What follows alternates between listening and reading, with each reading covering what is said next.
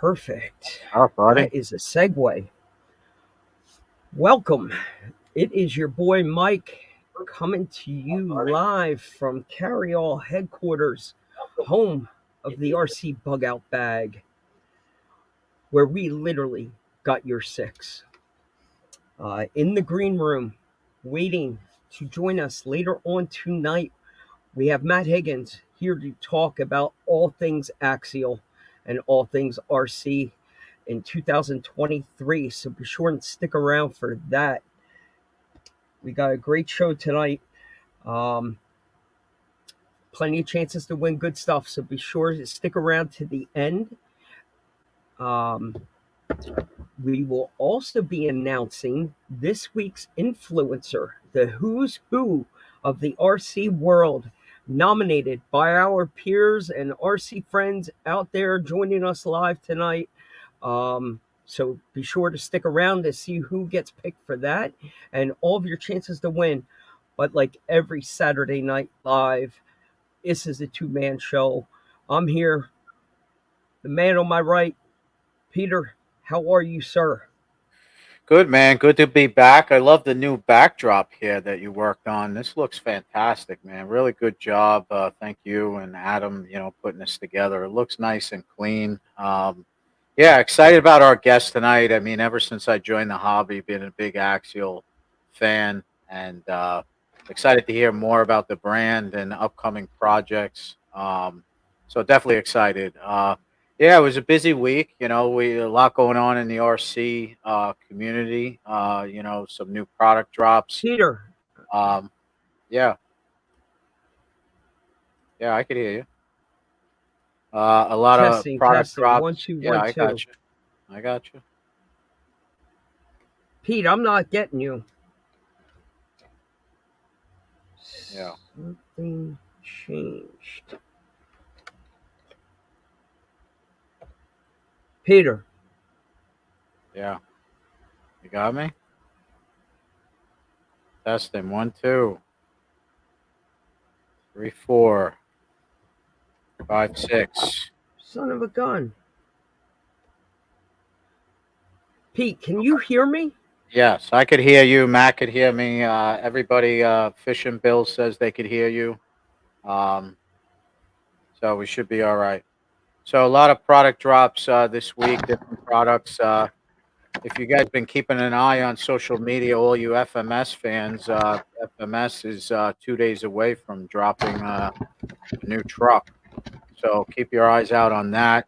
And I'll just go over the sponsors while Mike's working on his equipment. So each week we like to thank our sponsors, companies that we work with during the week, help give us ideas for the show. Carryall RC, Trail Hobby, Cow RC, Crazy Crawler, Power Hobby, 2.4 Designs, Crawler Cult, RC Misfits, Scale RAD Adventure RC, RC Pro Rack, FMS, Race Place Hobbies, Remote Control Hobbies Orlando, Bobby's RC Garages, and our new title sponsor, Element. So thank you to all our sponsors. Make sure you like the channel, subscribe. I think we're down to 8 single digits now. 8 people left until we give away the FMS truck. So that's pretty exciting. It took us a while to get there. We've been grinding and pretty exciting that it's the 1 year anniversary of the show and also 8 subscribers left. So we're almost at the 500 mark. And one thing I wanted to bring up, Mike's been doing the contest, the letter of the week. I did make a post. This will be the prize for the letter of the week. So this is a custom Cow RC mat with the RAD logo. So this is the prize for the letter of the week. When Mike gives out the 4th final letter and you spell the word correctly, the winner will go home with this. Really cool little set here. Thank you, Heath and Cow RC. Are you back, Mike?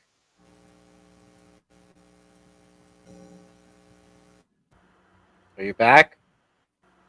Give Mike a second.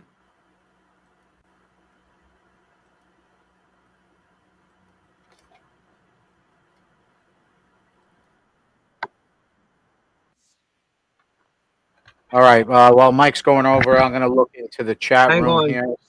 Yes, I got you now. Pete. I got All you. right, yeah, I can hear you. Okay. I don't know what's going on. All right. I'm going to go over the chat Abort room real that. quick. We're good. We're good. Pete, you got through all the intro. Yeah, You I'm got just going through. to go to the chat room real quick, see Please who's in do the chat that. All room. right. Yeah. Let me pull up All my right. So we got other screen. Jeff, our buddy Jeff, Fish and Bill. Cow RC is in the house. Thank you for tuning in.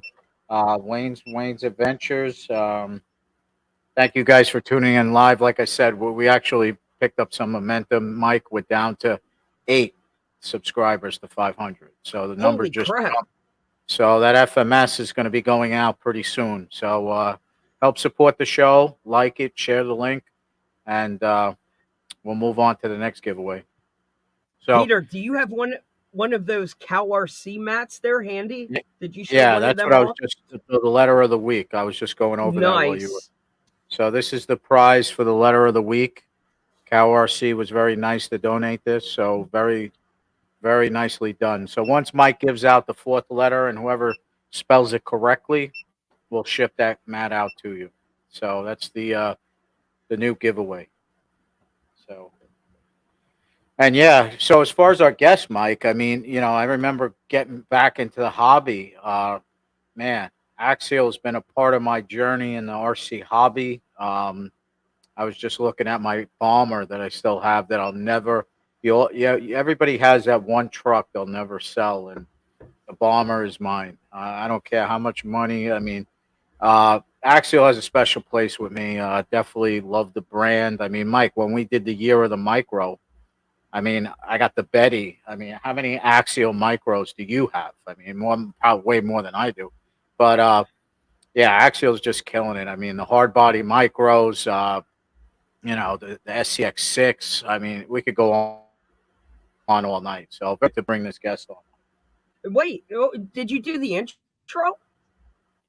No, no, because I was waiting for you the video. Oh yeah, Yeah. yeah, yeah. Wait. I got stupid dad jokes yet too. Hang on. Let him sit. Let's do our intro. We worked on this all week. All right.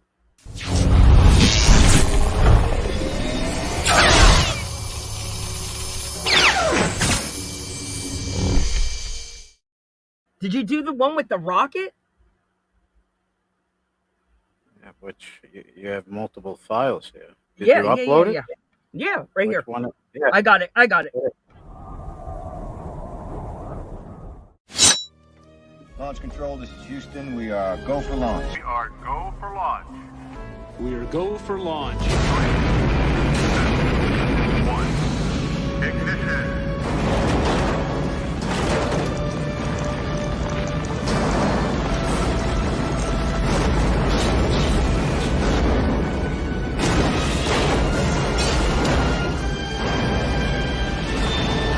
We have liftoff.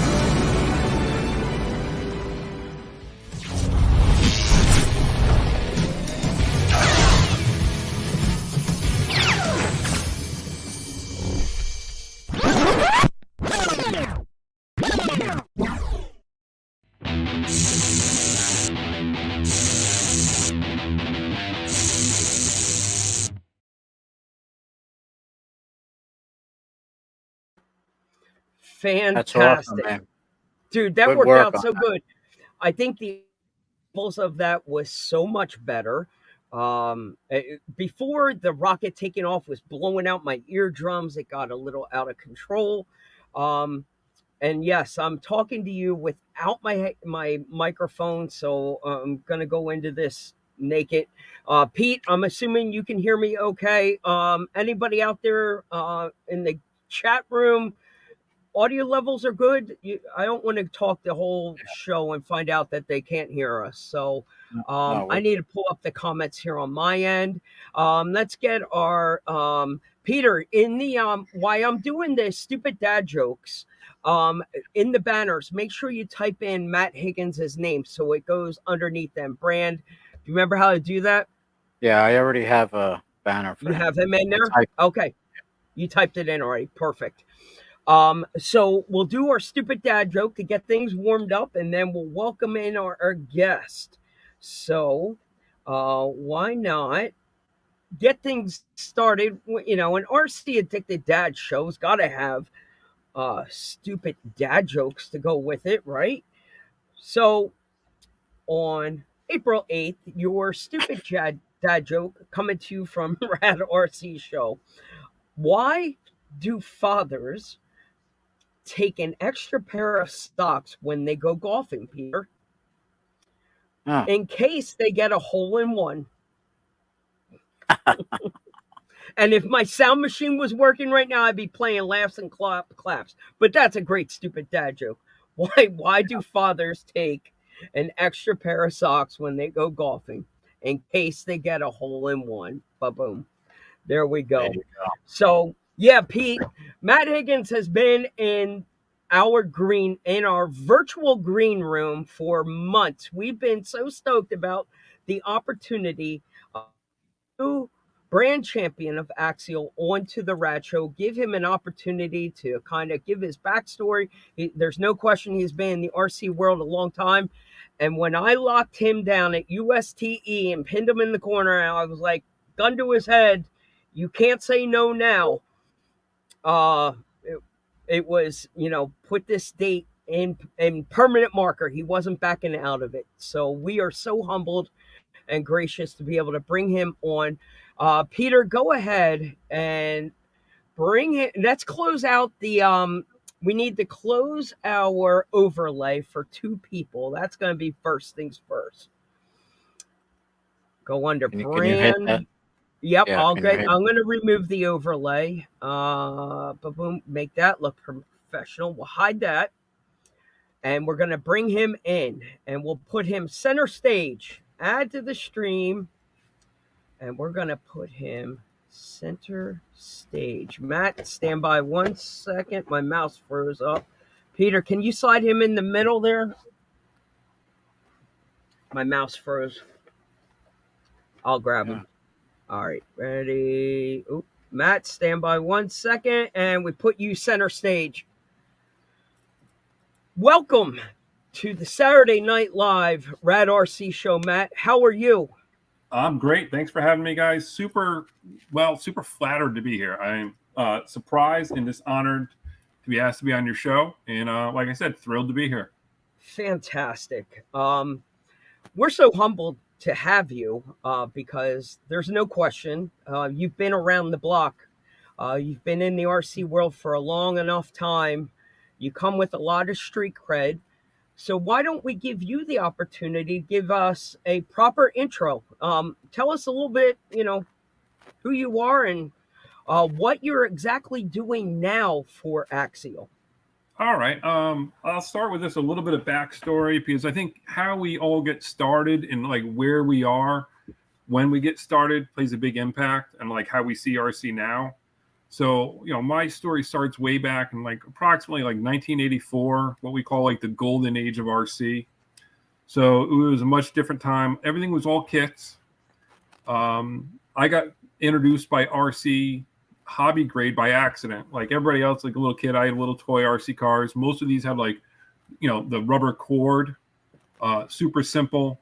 And then I was over a friend's house one day and his dad was like, hey, I'm going to take you guys somewhere. This is like early middle school. And we went to a library, like a town library. And upstairs in one of the rooms, they were racing 12 scale there were 12 scale road course cars where they were racing a makeshift oval. And I was blown away. I would have sat there all day. My friend thought it was cool. And after like 15 minutes, he was ready to go. I was mesmerized. So I found a hobby shop, Branford Hobbies, which ironically, at least two other industry people got their start in the hobby there. Little hole-in-the-wall hobby shop in Branford, Connecticut. I walked in there, and I got basically the cheapest kit I could find. A little two-wheel drive buggy. And just some of the really cooler stuff was really starting to come out. To me, it was starting to come out with some of their four-wheel drive buggies. This is a little bit before the Clodbuster, before the RC10 and stuff like that. What are we talking? Grasshopper, Hornet? Yeah, Grasshopper and Hornet era. I had what's World Engines Rockbuster, which was, and there's a certain amount of irony because I have like really strong opinions of like knockoff products. And I was so young, I didn't know the difference, but it was basically a back pour of a Tamiya Grasshopper. Okay. With really inferior plastics. Like I broke every part on that, and they didn't sell replacements readily. So I just bought Tamiya Part Street parts. Once I realized that was the only way to fix it, basically spent 3 times as much money in the long run replacing every part with Tamiya parts. Got right into racing. So they had a little track in the back. It was a little, really simple dirt off-road track. It was a little sketchy. The crowd was hit or miss, as was the quality of racing. So we hooked up with a track in East Lyme, Connecticut, that was run by a bunch of like executives at a nearby like chemist company. But anyways, these guys ran it like a business in a good way. It was super organized, and it showed me like how good RC could be. And I was already hooked. I was super hooked. And then it was the RC10, then low C products, and I never stopped. But the reason I tell that backstory is my whole perspective, how I see everything now, relates to that like golden age of RC. It's why kits are so important to me. Why racing is so important to me. Now, in 1984, when you got that first kit, did you build it yourself? Yes. Or was this a father-son project? No, I built that myself. I was just old enough Okay. to build, and it was simple enough. Okay. Yeah, and like my dad took me there. He took me racing because I couldn't drive I was too young to drive. He was super into it and supportive, but Yep. he wasn't like a tinkerer. Like if it came to full size cars, he was down. Yeah. I got to do the stereotypical hold the corded drop light. And my dad was a Marine Corps drill instructor, so holding the drop light for my dad was an emotional experience. But he liked that kind of tinkering. But when it came to the RC, I was on my own. Like most dads, they want to bash it with a hammer. Oh yeah, he was hardcore. There's a reason my dad is not into RC today. I think I broke him with that Hornet build when I was like 10 years old. Like, Dad, help me. And till this day, he doesn't want anything to do with it. Yeah, my dad, he was supportive. He would drive me all the time. We started traveling a little bit. I did have an older brother. I have 2 older brothers. One is about 15 years older, so he was much older, and he was working at a company called Moroso at the time. And I don't know if you guys ever heard of Moroso, but they're a big automotive company. And he was working on one of their like special racing divisions, so he was really mechanically inclined, and he would help me out. He showed me stuff like, this is long before 8-scale buggies. So he's like, if you put thicker grease in the differential, your buggy is going to handle a lot better. So I would pack that with like bearing grease. This is way back in the day. He built shock extensions fabbed them up so I could have more upright rear shocks and try to get some suspension out of that solid axle, motor on axle setup. But like, and that all relates. Like, if you couldn't find it, you built it back in the day. If it didn't exist, you figured it out. When I was at the track, this is before the Schumacher ball diff came, so nobody was running thick grease in their differentials. So that gave me like a huge handling advantage because you wouldn't diff out in the corners.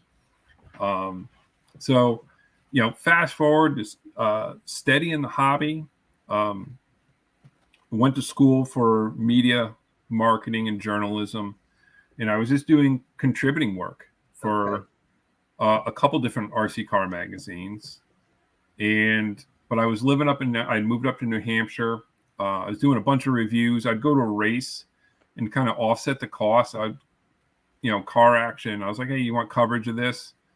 And some of them were pretty obscure. I was big into carpet oval racing. And, I was going to the K&N Winter Blast. And, if they kicked you back in the day a few $100 for an article and photos on it, it would offset the cost of driving 2 states away to cover a race. Really wasn't thinking about it as a career at the moment. And then every once in a while, like I would see a job posting. When I actually started full-time at RC Car Action Magazine, I was working for Extreme. Extreme had just launched out of California. And I was doing some freelance copy editing and also writing articles for them. So And was Extreme an RC magazine? I'm not familiar. oh yeah, so Extreme was RC magazine. They, you know, it was a much smaller operation, and they had kind of their kind of angle was Maxim magazine was big at the time. Okay. So they had like girls in the magazine. Their editorial layout was exactly the same as Maxim. So they'd have like, you know, 6 paragraphs of editorial with footnotes at the bottom, which is this kind of shtick that Maxim had. It was if, you know, if you made an RC car magazine while sitting in Hooters. Okay. I get it. The magazine. I remember that magazine. Yeah, it was cool. You know, the problem is, you know, not a place to go for DIY useful tech tips or No. anything. No. They were closer to the racers, though. They had a lot of, you know, they were in SoCal. So at the time, RC Driver and RC Car Action were in Connecticut. And nowadays, it makes no difference. But back then, like, everything that happened in RC started in SoCal. Okay. So they had, RC Car Magazine. There were 4 big magazines at the time. And so there was RC Car, Extreme, RC Driver, and RC Car Action. Okay. And it was just an amazing time. And so 2 of those were in SoCal, 2 were in Connecticut, which is like the least RC central as far as manufacturers and stuff like that. But I started full-time at RC Car Action. Yep. Worked there for many great years. Traveled the world, literally. Sweden, Italy, South America, Asia, you know, all over Europe, covering any worlds that would come up. Within reason, I'd throw my hat in the ring and be like, yeah, I'll go. Wow. They were cool experiences. You know, going to Torino, Italy, 2 years back to back for 2 weeks at a time. Flying into Milan, you know, driving across Italy to cover toy car racing. It was it all work at that point, Matt? I mean, are you there just to work the entire time, or were you able to travel with one of your personal RC cars and able to enjoy it? Definitely enjoyed it. Never to Worlds, it was just work. Okay. You'd have a day off. So depending on the format, you'd have a day off in between. So if you went to an off-road electric Worlds, they would run, say, 4-wheel drive. They would complete that. You'd have a day off, free day to go do whatever you want. Usually hooked up with some manufacturers, some racers, and you'd go. I remember one time in Italy, you know, we all went to Rome. And when we were in Sweden, it was just the A-scale off-road world. So it was a little bit different format. So you didn't have that. I don't recall having a day off in between. It was just days after days of qualifying. By the time it was like 3/4 way over, you finally wrapped your head around the seating format they used for that Worlds, and then it was the mains.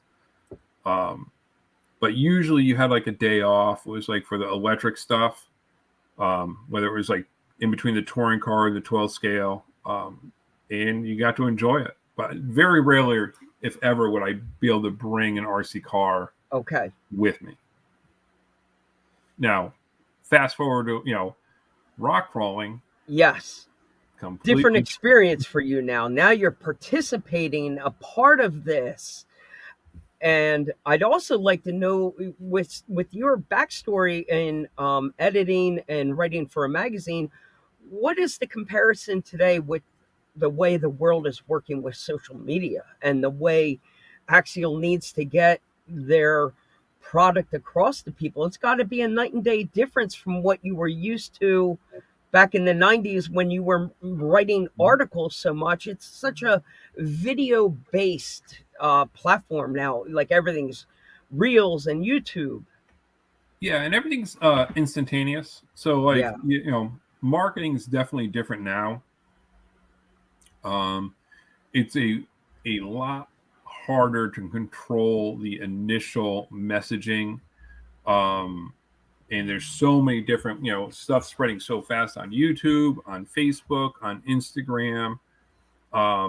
And so you have to I find product launches, whether I'm on the media side or the marketing side, you have to be a lot more obsessive on the initial launch. I don't know if Are that you really referring to keeping it classified? Like you're trying to keep this No. stuff, not that. It's not about concealing it when keeping it top secret at Axial because you don't want this stuff dropping earlier. Yeah, which we've had. That's separate. I'm talking about one just the launch and Okay. managing how the message, because sometimes there's certain products you launch and you try to articulate the value of that product, like that it's a big savings and that's the value, and people might pick up on something else and just run with it, and five gets off people point. sound like 5,000 online, and like a small thing can be really amplified. And so managing that in this digital age, that's very hard and challenging. The leak is, we've had challenges there where, we work with, Horizon, which owns Axial, is a humongous dealer distributor or distributor to dealers.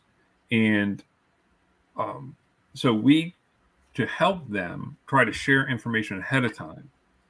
But every hobby store is, they have a staff of people, and you might send out an email saying like the email has a video. This is for release at this date. Well, everybody who sees that video internally may not see that original email. Yep. And no, so I don't think there's people necessarily malicious or malicious. I just think it's just hard. So we've tried to dial that timing back. And if people are malicious, I just, I'm a firm believer. If you don't know, I won't accuse. So giving people the benefit of doubt. I think we've had some accidental slips early, and the problem there is something's out 6 hours early.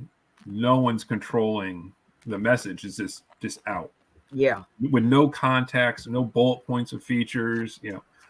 Well, do you think you guys set yourself up for that a little bit, Matt? Because one of the neat creative marketing ways of Axial would be, let's put a cryptic photo out the day before the drop. Sometimes that can be completely misread. You're trying to leave people out there guessing.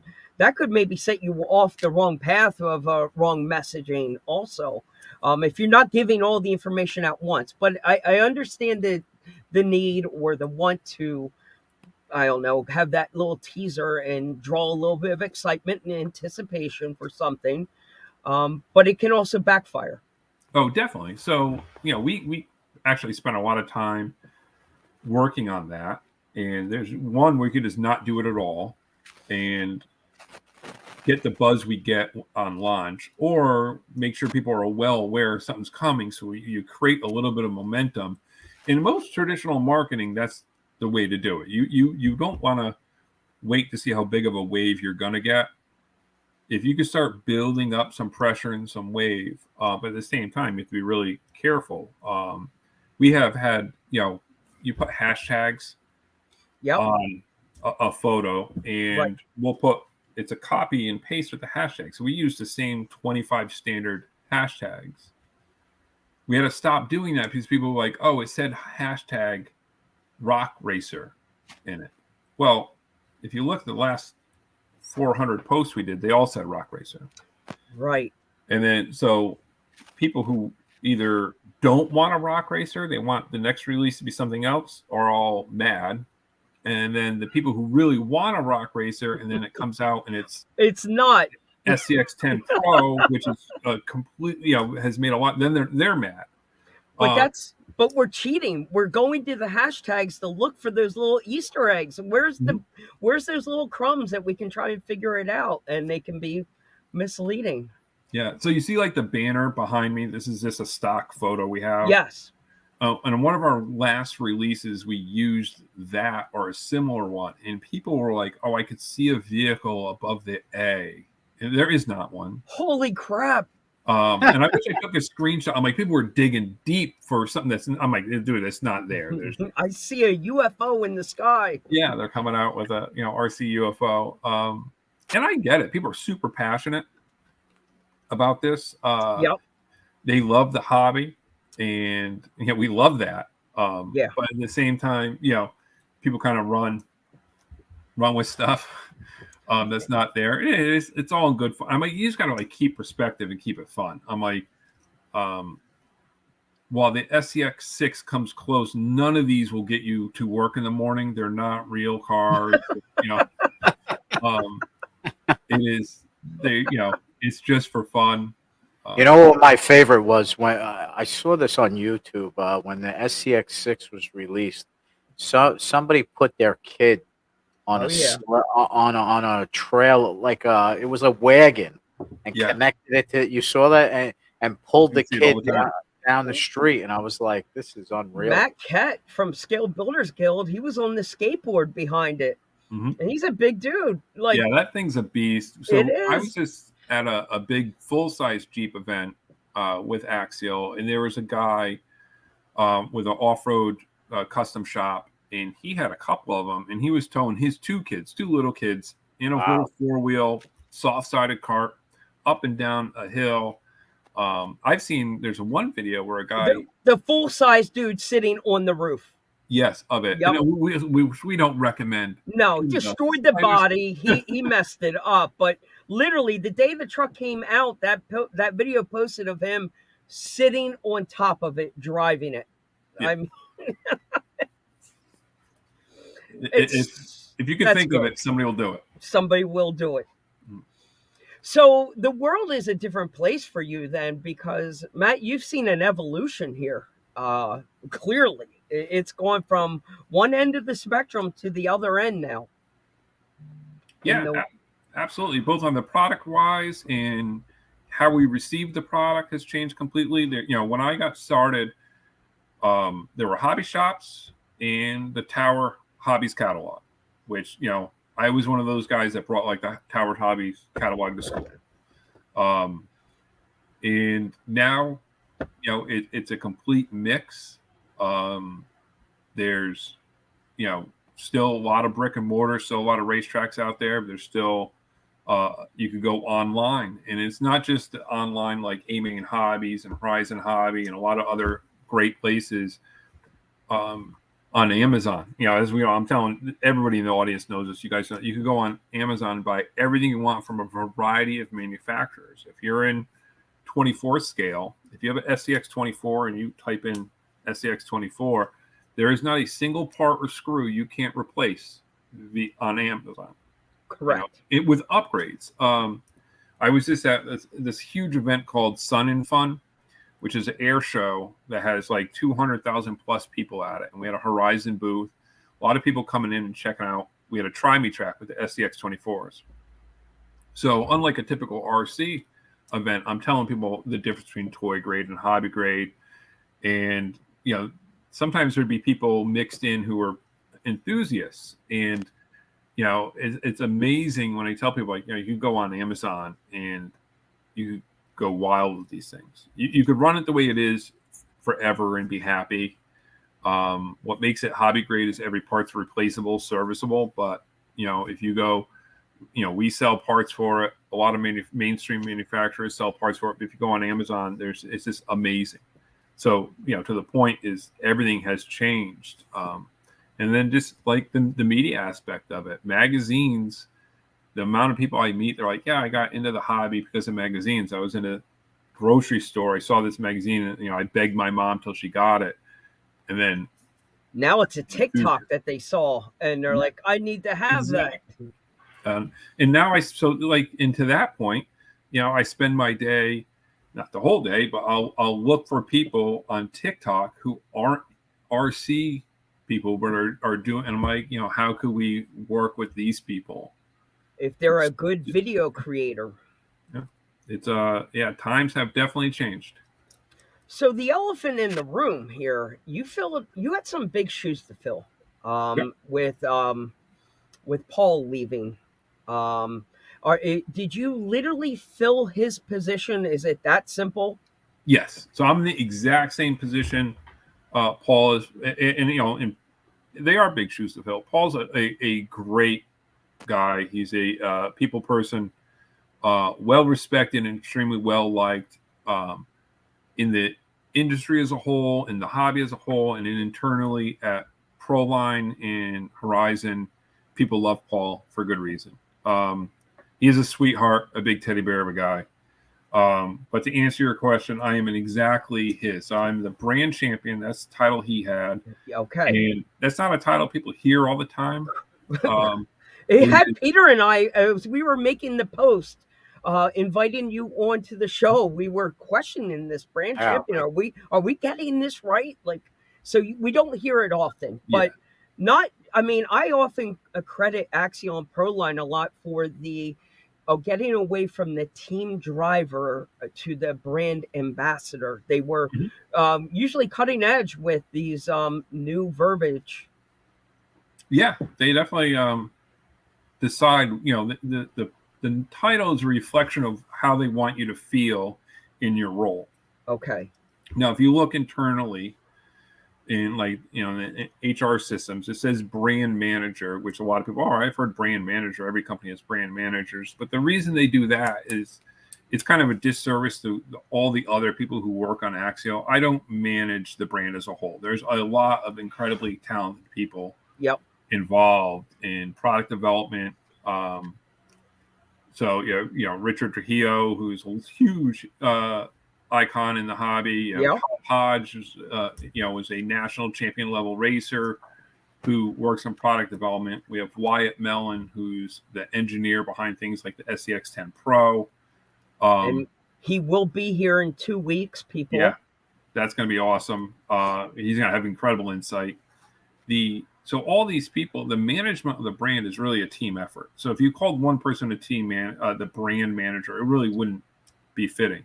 Okay. I am the marketing manager. So if you wanted to look at an accurate title at any other company, whether it be like IBM or whatever, McDonald's, I am a marketing manager. So okay. I thought it had marketing. I thought it had something because I was scratching my head with Mike. I'm like, brand champion. I'm like, I've heard a lot of titles, but I was like, it has to be marketing. Yeah, so that's what it is. If people want to know like what and that's a pretty broad thing. So I work with product development on new products as they get created, because there's the marketing is involved from conception to release, and then I focus a lot on the life cycle of the product.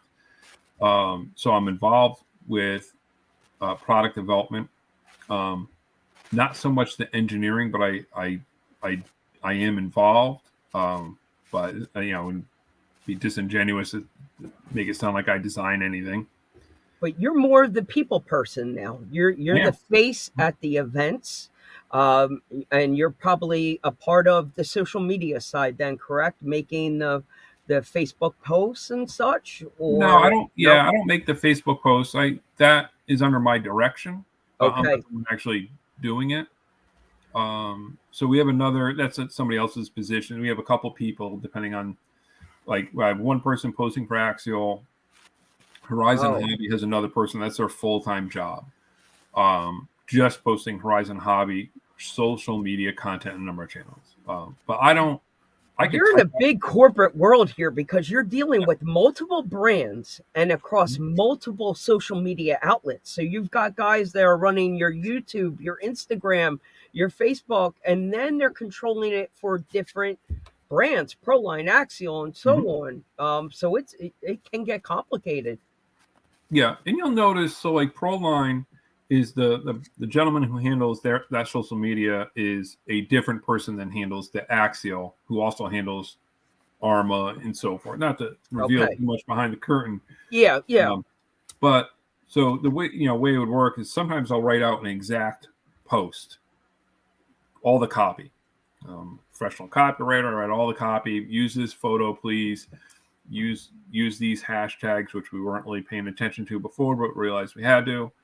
And then that'll go live. But somebody else is actually doing that post. Okay, managing it. Because you're making good content at this point. Because, Matt, if you're at an event like a USTE, for example, you're gathering and creating content at that point to take back to be able to be shared. So you guys work like a team to edit and get it posted. So it makes perfect sense. Yeah, and not to bore people with the details, but if it was a live event, say I was at a rock crawling comp that was of national level, I may post directly myself because there's timeliness to it. But like I'm going to Beat the Creek coming up, I will gather content, but we might not necessarily need to post live. There'd be no need for me to post a live from there. You're actually going yourself, Matt. This is an event that people will be able to Mhm. come and meet you at. Absolutely. Fantastic. Yep. Be there Friday, Saturday, and Sunday. Fantastic. Is this your first time going to Beat the Creek? Yes. It is. Okay, fantastic. A lot of similarities to a USTE. This is right up your alley. That relaxed atmosphere with a lot of RC minded people just going for a walk on the trail. It's a great time. Yeah, I'm looking forward to it. And I really like the trail trucks. I'm like, we affectionately refer to the trucks at a USTE as the dollhouse trucks, so very scaled, Yes. detailed, where they're coming at it from the perspective of scale and realism first. Where what attracted me to Beat the Creek and wanted to go is that my trucks, it's still performance first. I try to make them as scale proportionate, and I add the details for my own fun. I'm not necessarily trying to win, and never would win a show and shine. Right. It's really just for me. I want to have mirrors on it, windshield wipers. I want to have sometimes an interior, sometimes not. But I'm really focused on the performance. So this, I think, is going to be a good time for me. I really think that's going to be the new norm right now. This scale performance has been a common denominator with every guest coming on the RAD show right now is this scale performance. You still get a cool looking truck and a great looking photo, but guess what? It's not going to be top heavy and roll down a hill. I can still get over the rocks and have a wonderful time with it. Yeah. So I was just working on, we've had a lot of rain here. So I don't think I've touched a transmitter in 2 days easily. And where, normally almost every day I get to use hands-on use. I've been working on, I have a SEX 10.3 early Bronco where I've tried to make it, I've put base camp shocks on it to lower it. I put the shorter Proline BFGs on it, the all trains. Yep. And I cut a lot. I lost about, taking the spare tire off and a good amount of the bracing out of the cage, about 6-7 ounces off the top. And I added about almost 12 ounces. And Peter will like this. I used Trio aluminum wheels. They have the bronze Yep. vintage wheels. That's So a nice set. it's thick, it's trying to, I love the looks of them, Yep. but it's the weight in the right Place. down low, far out. It's not a dollhouse truck, but it'll still wheel pretty good. I think the stock wheels that came on that truck were really it was a great look that Axial Mhm. came out with. Yeah, those 5 slots are pretty spot on. They are. But Trill came out with a very nice option for an aluminum upgrade to get that scale performance that you want out of your truck. Yeah, we got to see some of your personal stash over at USTE, and obviously you had one of the newer trucks in the Axial portfolio, and that was the flat rail Pro Build. Yes. Obviously, a cutting edge moment for a RTR truck. No, maybe I didn't say that word. It's still a kit. For a company like Axial to come out with a flat rail like that, you guys Yeah. you're giving a competition ready truck, to a new person coming in. But you don't want it to stop there. I wouldn't consider myself a new person, but I'm super excited for this Pro Build. So it's solving a niche for a few people. Yeah, so I think it's a all-in-one box is the best way to put it. So Okay. instead of ordering from 15 different vendors and trying to figure out what will work with what, we're we're giving all that in one box. So You're getting your links, your shocks, you're getting all of this stuff in a box, the stuff that tends to scare somebody away from building that flat rail. Oh, absolutely. So, one, it's a huge cost savings. So, if you really, and I know this is, I've done this, we had product developers do this. If you start pricing out building with the assumption you're not starting with existing parts, like if you Okay. don't have axles and stuff like that, there's obviously cheaper ways. You know, your second rig's going to cost less than your first if you pirate some of the pieces from the first, such as your axles and whatnot. But if you buy a kit, basically throw away 75% of it, and then buy your links, buy your shocks, buy your transmission, buy your rails, buy your body mounts, and go through the whole thing, your drive shafts, you could spend a lot of money. You'll spend a lot of time. You'll buy components that may not even work the way you hoped.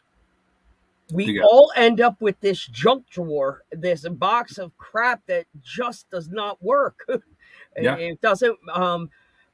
Sometimes those aftermarket parts don't want to marry with aftermarket parts. These things can become extremely stressful and very intimidating to a person wanting to build this comp truck.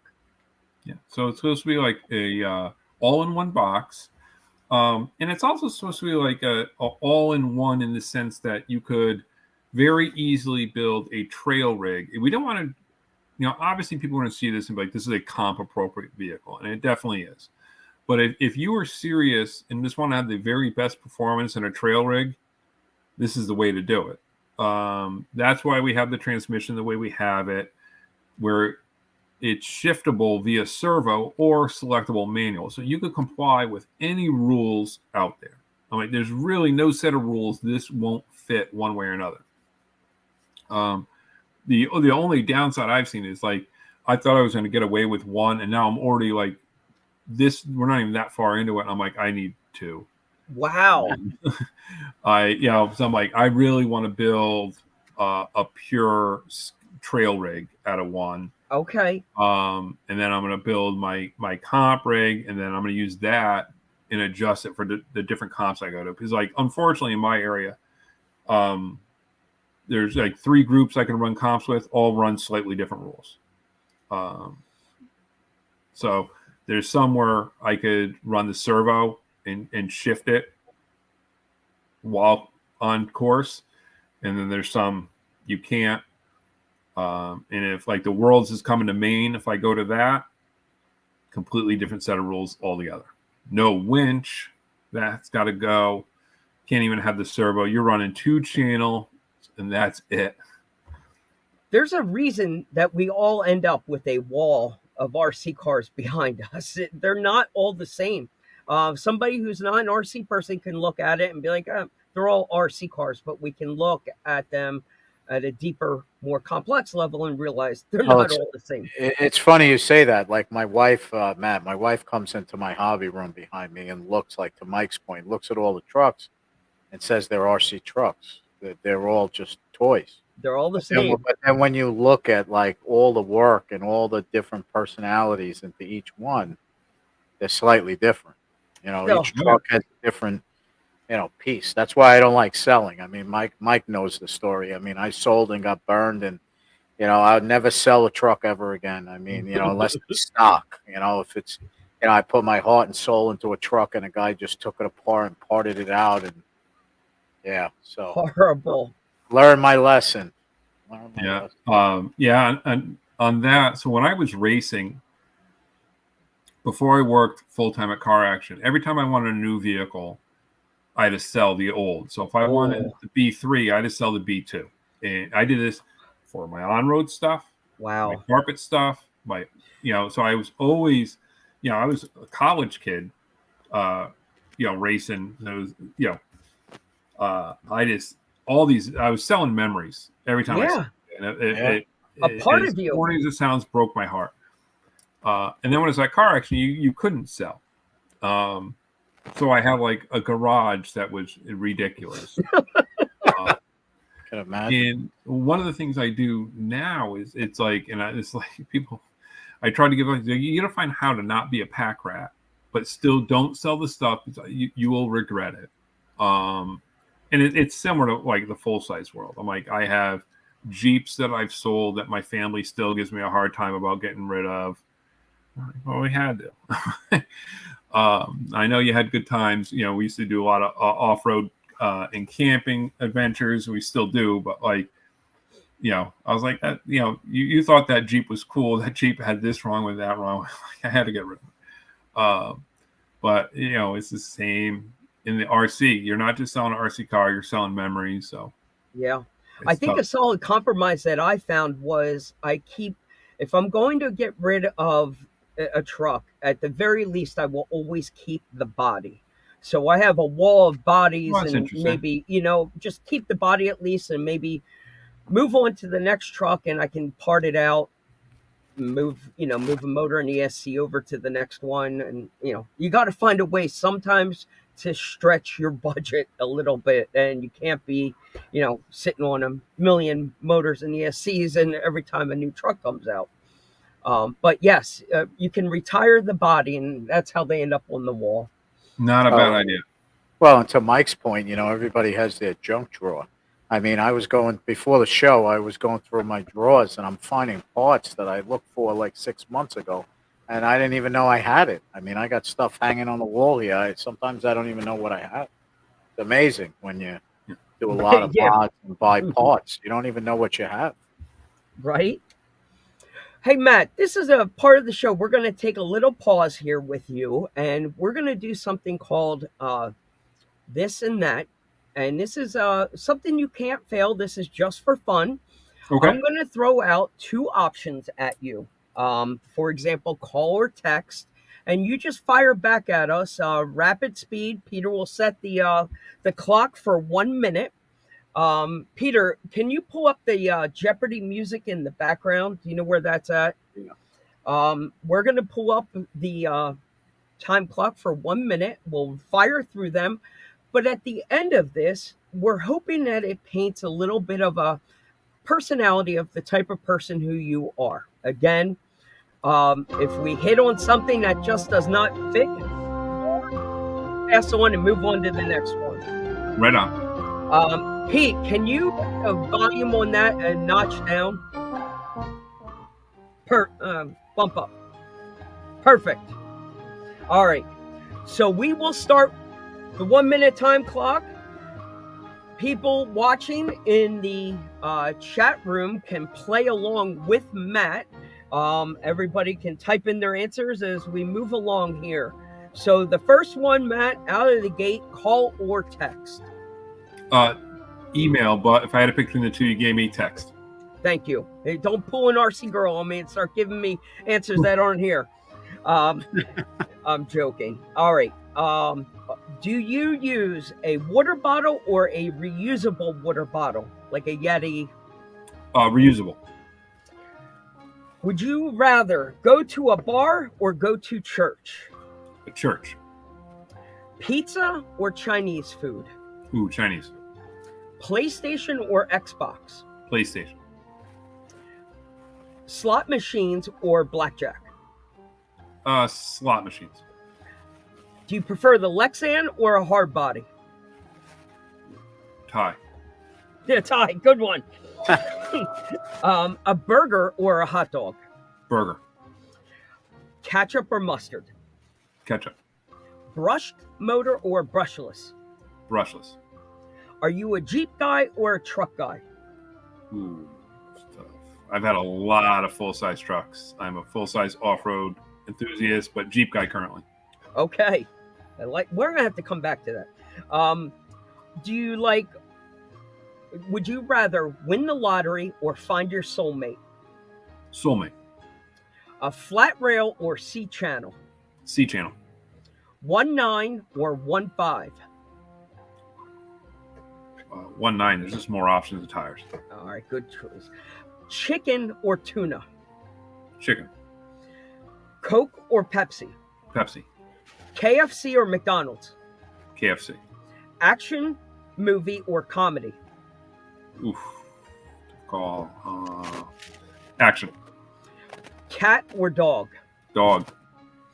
Sunrise or sunsets? Sunsets. Do you prefer summer or winter? Summer. Guacamole or salsa? Oh, guac. Nice. Spicy Doritos or Cool Ranch? Cool Ranch. You can tell I was hungry when I made this When you list made up. it right on. You're speaking my language. Do you prefer Facebook or Instagram? Facebook. Samsung or iPhone? iPhone. Would you rather play Monopoly or Life? Monopoly. Hunt or fish? Both, but fish. Okay. 80s music or 90s? 80s. Okay. A UFO or Bigfoot? Bigfoot. Crunchy peanut butter or smooth peanut butter? Oh, smooth. Crunchy, I just don't get it. Would you rock an air guitar or air drums? Drums. Wine or beer? Beer. Tattoos or piercings? Tattoos. All right. Fox News or CNN? Fox News. Medicinal use or recreational? You might not be able to answer this online. Oh, I don't care. Medicinal or recreational? Yeah, medicinal. All right. And the last one, college football or NFL? College football. My man. So, Peter, you can pause that Jeopardy music. That was perfect. You flew through those, Matt. So, tell me, you're a Jeep guy today, you say? Mm-hmm. In real life, you drive a 1-to-1 Jeep? Sold it when I moved, but Okay. yeah, I've had a few Jeeps. We're Jeep shopping at the moment. Nice. Hopefully on the 21st, I may or may not get a new CJ7. New to me, 1980 CJ7. Yeah. And yeah, I've had a few Jeeps. I got started. My first was a 77 F-150 that got all the way up to 42s. And that was a wood/mud truck. Detroit locker, 4 9-inch rear end, 400 cubic inch engine, all Edelbrocked out.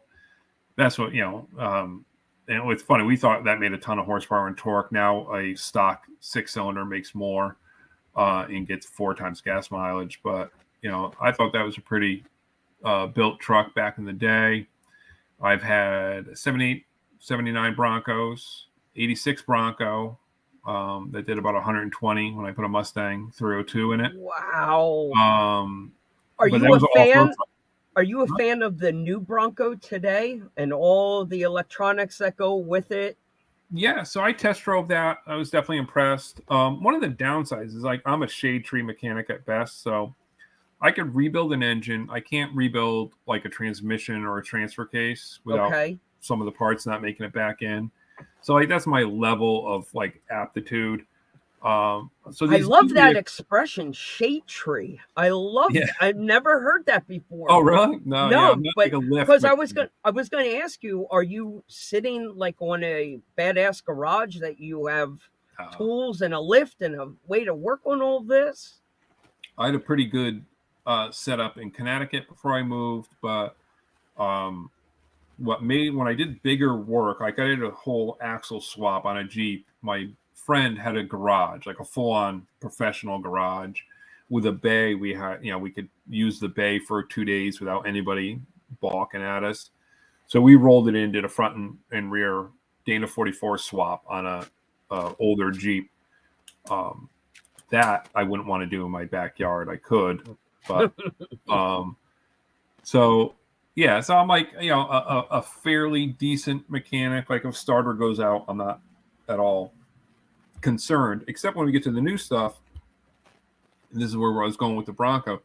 I wouldn't know how to do a thing to that thing. So if anything went wrong, other than if I couldn't see immediately the mechanical failure point, like a tie rod, I'd be pretty much done. But I test drove it. I was blown away. I would love to get one in a 2-door and put a white hardtop on it. So I've seen 2 people do it where they either vinyl wrap just the top in white, or one guy down in Florida while we were there had one. The green one. Yeah, and it was painted. I was like, well, that's pretty cool. I don't know how you got that because they don't offer it, but so he must have, some people have more money than they know what to do with. So he got a brand new vehicle. I think Um, you're referring to Panda's Bronco. That is was it? Rob Matthews. That's his wife's new Bronco that they got, and it was gorgeous. I mean, Yeah. it was an eye catcher. My sister just purchased one, but there's just so much. They've made it the rock crawling easier. There's a lot of push button. It's basically an electronic dig that's built into it that locks the rear, and Mhm. there's just so much computer aided assistance in the rock crawling now. Yeah. So like the traction assist has gotten crazy in all sorts of vehicles. We have a Kia Sorento, which is a grocery store soccer mom SUV.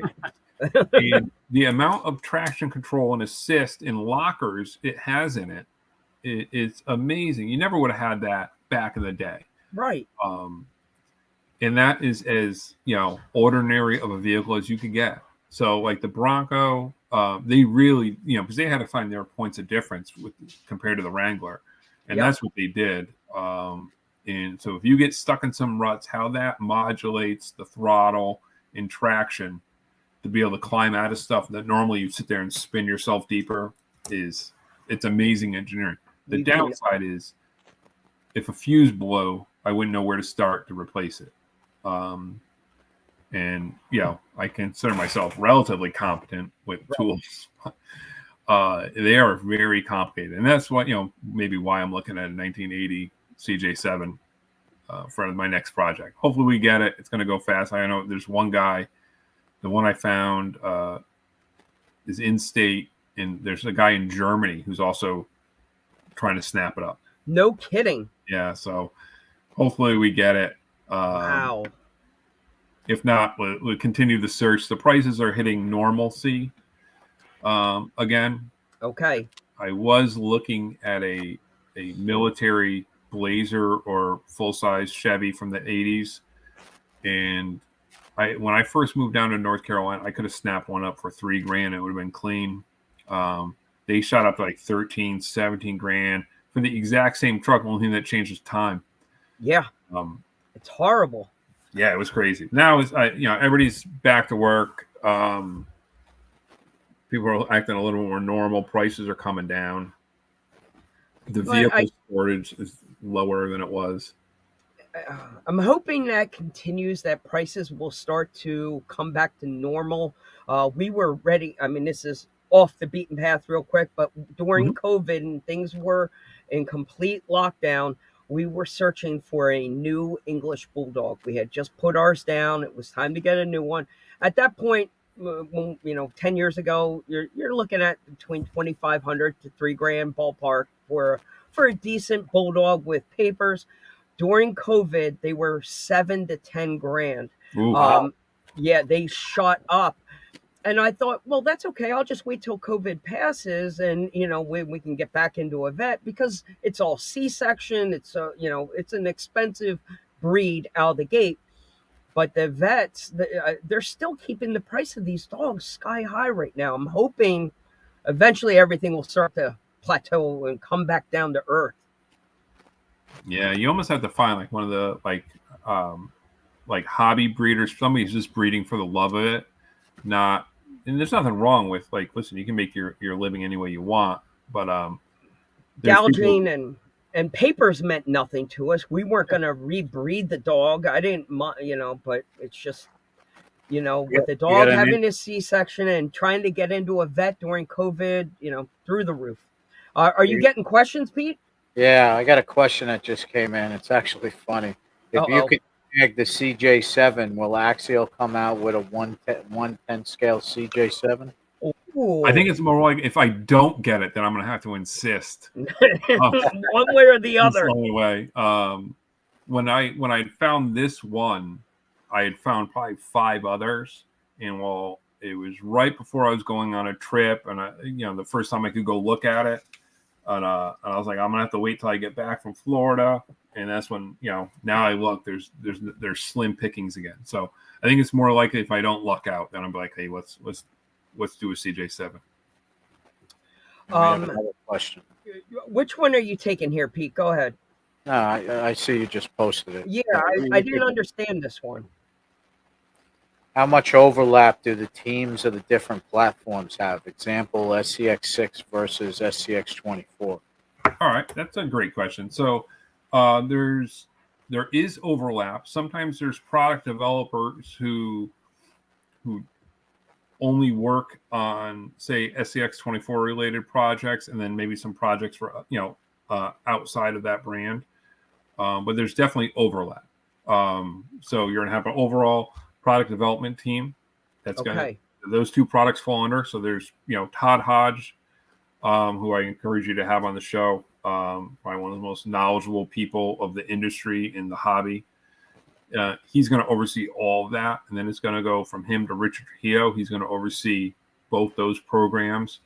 But there's product developers. It's a big team. It's a big company. There's somebody who's developing the SCX6. That's a big project. No pun intended. That might be all they're working on. They're not, at that time. But even then, I don't know if anybody's only working on one thing. This because it takes so long from concept to release.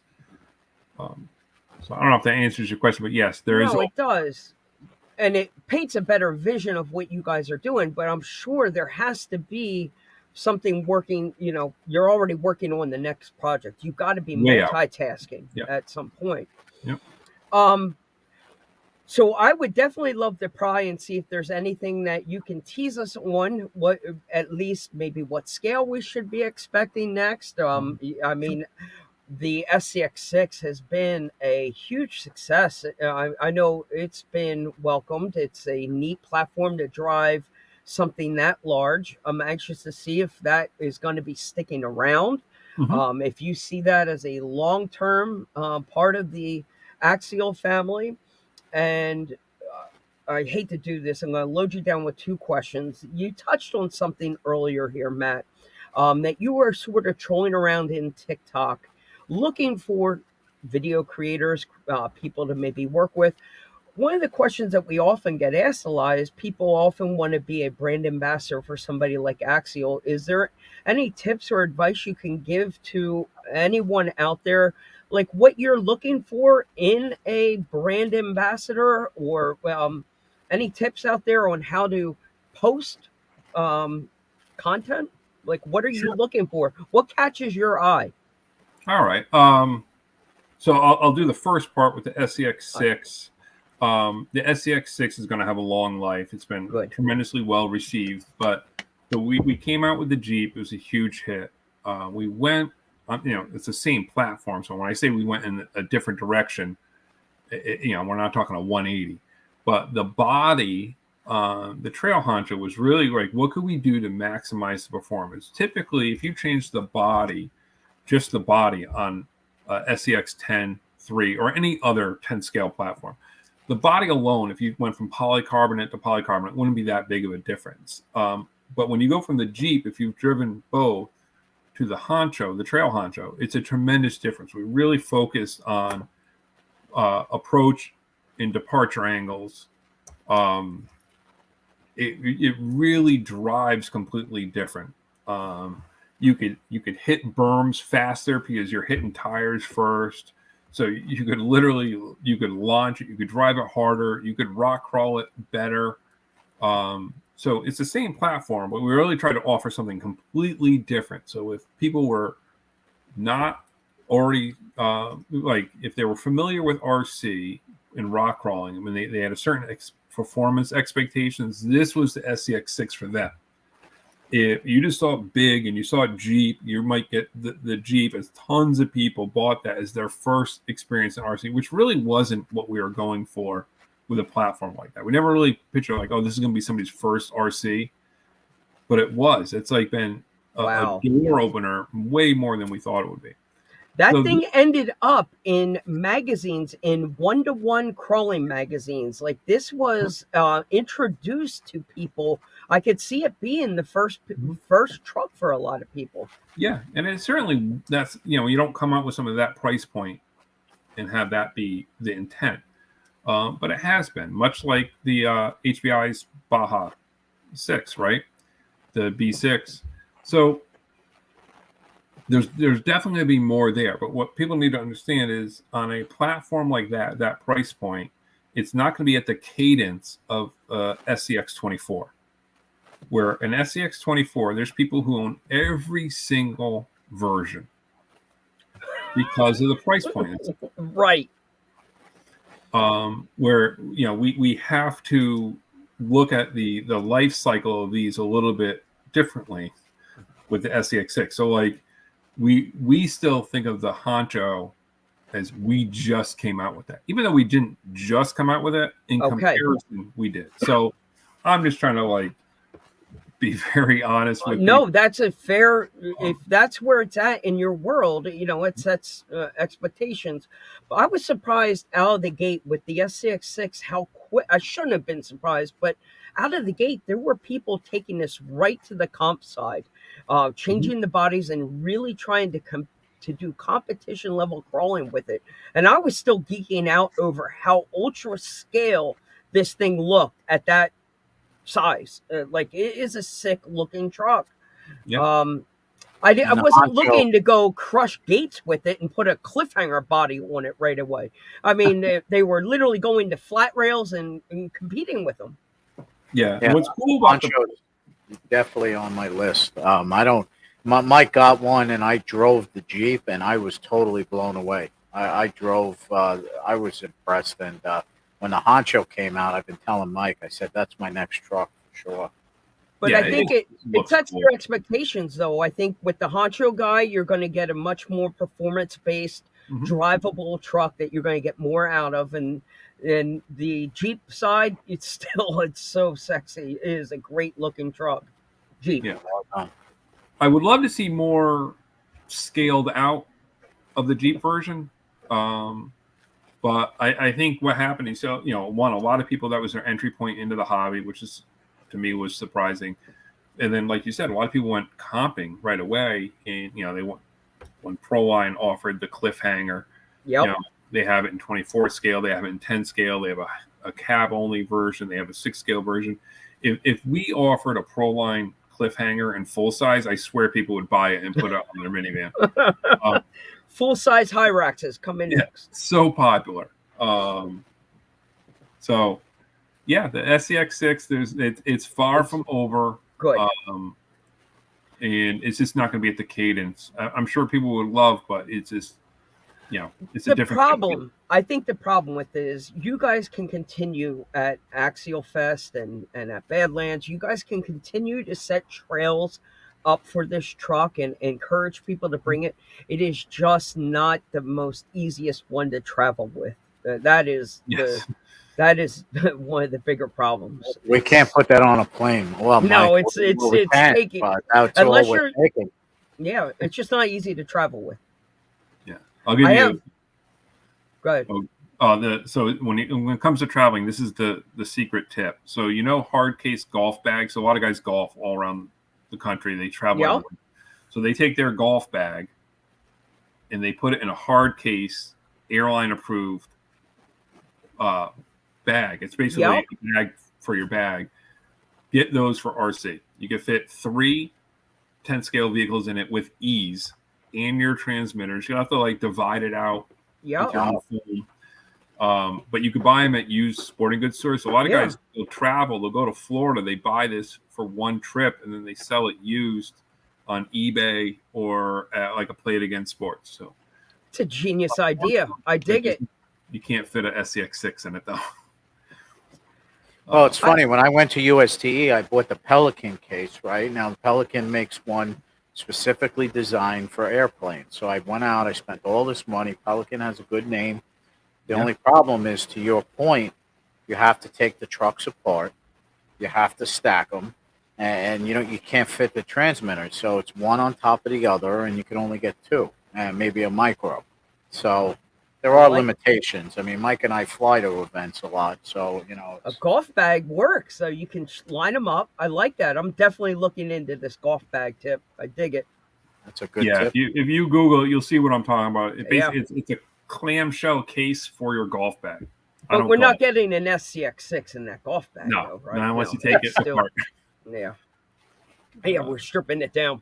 But that's the only downside is trying to get people that are traveling any distance to be able to, have any impact at an Axial Fest where you have that many in a row. But it sure would be cool to have a long parade of 100 SCXs just trailing along. It would be cool as hell to see. but that touches like on a good point. It's like we hear that with like Axial Fest, and they hear it at other events too. People want that, and I get it. They're passionate about it, but What's executing that realistic? presents some challenges because then you're only going to have the people driving able to do that. Or not that you can't find a way, but Yeah. What's realistic? That's what it comes down I mean, to. in theory, because I used to fly a lot in my last job. I mean, you would just have to check one bag with your SCX6. Yeah, Yep. it can be One done. $75 overweight fee just for one truck, and then your other trucks in your other bag. Yeah, So it can yeah. be done. It can be done. It's a matter of It's course. just what's realistic. Well, I'm glad to hear that you're on the good side of this here, Matt, and a fan of it and supporting it. And I'm glad to hear that Axial's not going to let this one fade out anytime soon. I think it should stick around. Uh, the idea of social media, Matt, what are you looking for? Is there anything that's catching your eye, or do you have any tips for somebody out there on social media? So like the first place I start is usually YouTube when I'm looking. Okay, It's a lot easier to see how the audience is responding and interacting with the content. Um, Instagram, I found like Cape Cod Crawler. I found him yeah, by accident on Instagram. I thought he had really good content, very good. but for the most part, it's YouTube. The brand ambassador. I'm trying to find like the middle ground. So like Axial doesn't have a race team. We're not TLR. We're not Pro Line. We're not going to have people who are basically sponsored, and they might be ambassadors or expected to be ambassadors of the brand, but they're really there first and foremost for their performance that they're bringing. And while I want that, I would love to have a team of racers. We got to kind of find the middle ground. So if I were to give advice, as like have a solid YouTube channel, be honest. I don't need, nobody needs people who are just saying positive stuff to try to get on everybody's good side. Have honest reviews. Bravo. But make sure they're fact based, not emotion based, and you'll do fine. Build up a following, and you'll catch our attention. I think we stirred up a lot of emotion out of people's social media pages this week. If you were living underneath a rock, you might have missed it. There's a T letter word out there. The TRX world stirred up a lot of controversy this past week, and that brought a lot of interesting social media posts out, and maybe kind of where you're touching on a little. It's good to have an opinion and to be honest, but sometimes you want to hold back some of the emotion and understand that there's two sides to every coin. I see it from both sides. I don't think there's a right and a wrong here. No, it's super complicated situation. It is super complicated, and on it, we're not going to get into the right or the wrong, but it stirred up a lot of emotion.